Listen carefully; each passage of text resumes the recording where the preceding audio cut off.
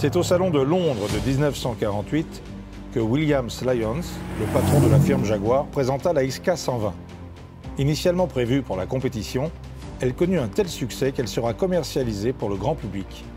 En 1954, elle évolua en XK 140, puis en 1957 en XK 150, l'aboutissement de cette gamme que nous allons découvrir aujourd'hui.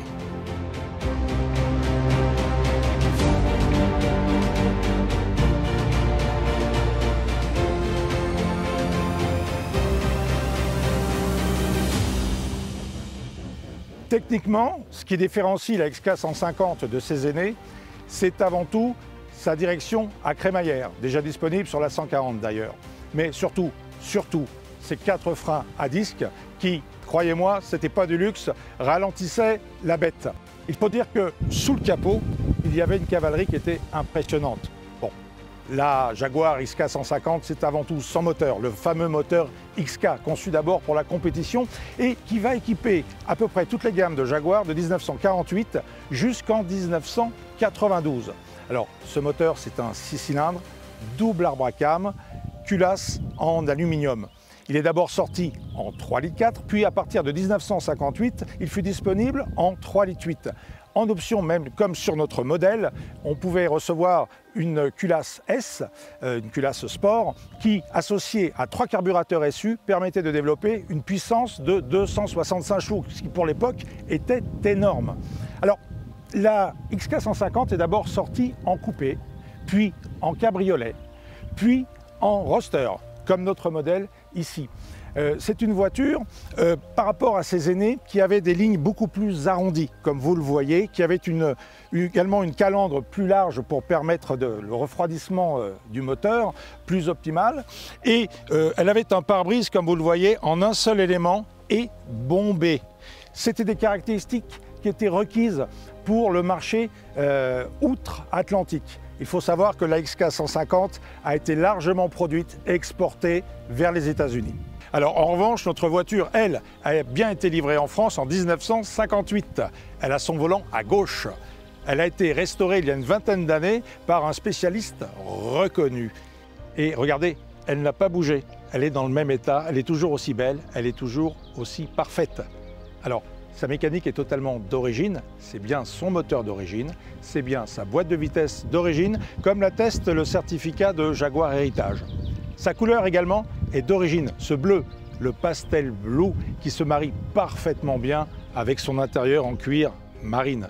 C'est superbe, ça a un charme fou. Et puis la mécanique, avec la culasse sport qu'on reconnaît grâce à son liseré qui est inscrit doré sur le côté de la culasse. Évidemment, ça roule très bien, mais surtout, ça fait un bruit qui vous envoûte et qui vous invite à la balade. Allez, je vous emmène, on y va.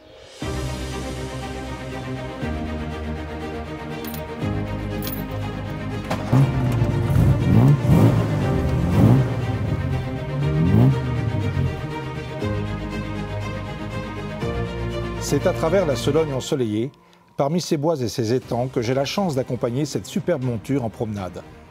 Dès les premiers tours de roue, agit le charme de la vieille Angleterre.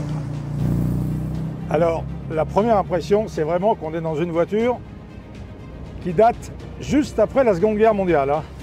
On voit que c'est ancien. Alors, la première n'est pas synchronisée, c'est la fameuse boîte Moss. Puis alors surtout, les sièges sont vraiment posés sur le plancher, quoi. On est vraiment assis très très bas. Il ne faut pas être trop grand pour pouvoir rentrer et surtout s'extirper de la voiture.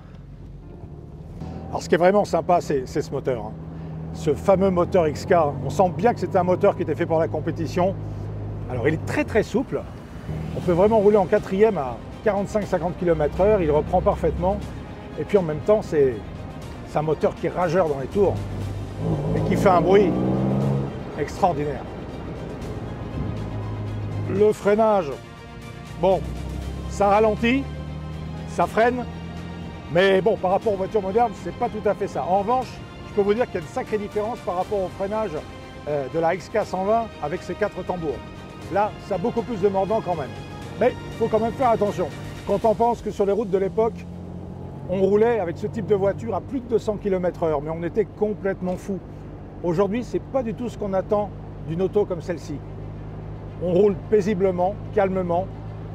Je passe l'overdrive, le moteur tourne à 1500 tours à 60 km/h. On est bien, on est détendu, on hume le bon air. Et après tout, c'est comme ça qu'on aime cette voiture. C'est vrai que c'est comme ça qu'on apprécie ce roadster aujourd'hui, même si rien n'empêche parfois une petite accélération rugissante, rien que pour le plaisir des oreilles. Allez, on rentre avant de prendre l'accent anglais. Ah les amis, quelle balade, quel plaisir et quelle voiture! Alors, elle est vraiment superbe, splendide. Elle a vraiment un caractère bien trempé et un charme fou. À son volant, on vit des instants exceptionnels et on prend vraiment la mesure de ce qu'est réellement l'art de vivre. Alors, ce modèle, la XK150 Roadster, c'est mon modèle préféré. C'est également le modèle le plus recherché par les vrais amateurs et les collectionneurs en quête du meilleur. C'est le cas de cette XK150. Merci d'avoir été avec nous. Retrouvez-nous sur notre site www.bpmheritage.fr. À bientôt.